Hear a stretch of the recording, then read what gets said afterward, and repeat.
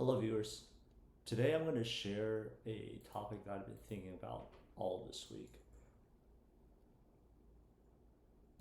Even though there's been a trust recession, are there still demand for real high quality digital products where there's truly a reason for the solutions instead of simply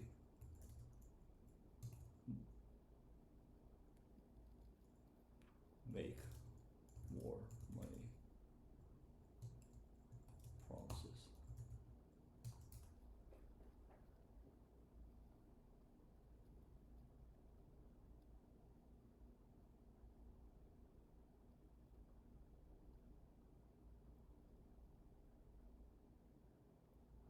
So even in the middle of what is called a trust recession, there's still demand for real high quality digital products. In fact, erosion trust has made the demand for authentic, well-designed, problem-solving solutions even sharper, but the bar is higher.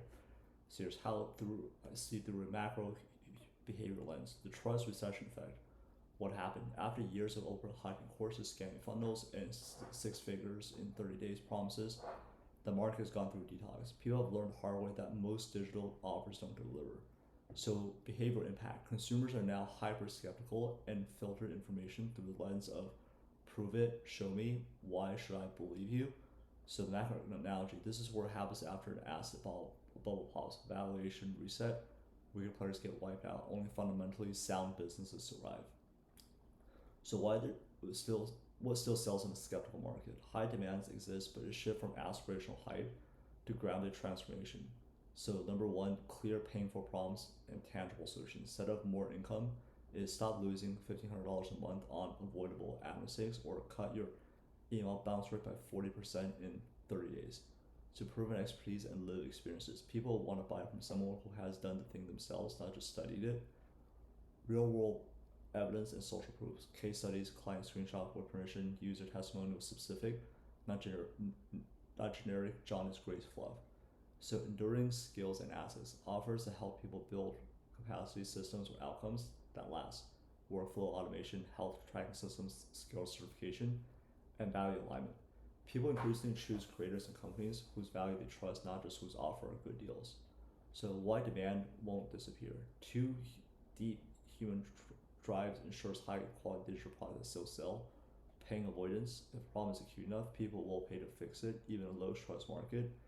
And self-betterment. Humans are generally wired to improve their status, security, and competence. A product that genuinely delivers on one of those will drive survival cycles. The strategic shift from creators and businesses move from conversion first to proof first. Think of marketing as a court case. The burden of proof is 100% on you. Design offers to someone who has never heard of you can see why the problem matters, why approach is different and better, and why the risk of reaction is greater than price. So bottom line, the trust recession didn't kill demand for digital businesses. It killed the easy money for low quality ones. Winners are now those who create solutions with deep rooted roots in real problems, show undeniable proof, and communicates in radical transparency. So what I want to share right here is follow up on that. How do I know who to trust?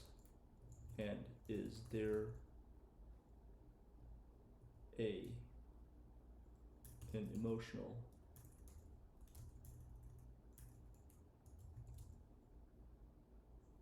gauge where I know I can trust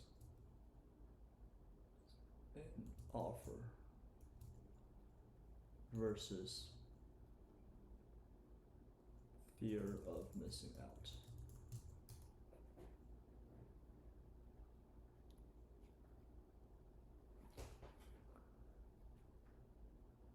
So that's a great question, and honestly, it's one of the biggest skill gaps people have right now in the trust recession economy. The trickier part is our emotions are wired in ways that marketers know how to manipulate. So the key is learning to separate gut level discernment from manufacturer urgency. And here's how I break it down. Two emotional states to recognize.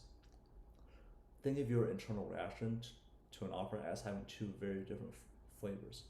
So trust feels calm, grounded, and clear. You have time to think and still want it next day. Your decisions feel internally driven. I want this because it's right for me.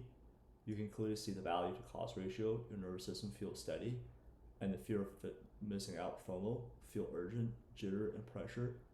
You feel like you must act now or lose everything. Your decision feels externally pushed. I'll be behind if I don't get this. You're more focused on the potential loss than the actual benefit. Your heart rate goes up and you feel slightly hijacked. So practical filters. Before you even buy, run the offer through these filters. Evidence check. Do they have verifiable proof that their method works? Case studies with details, not vague praises.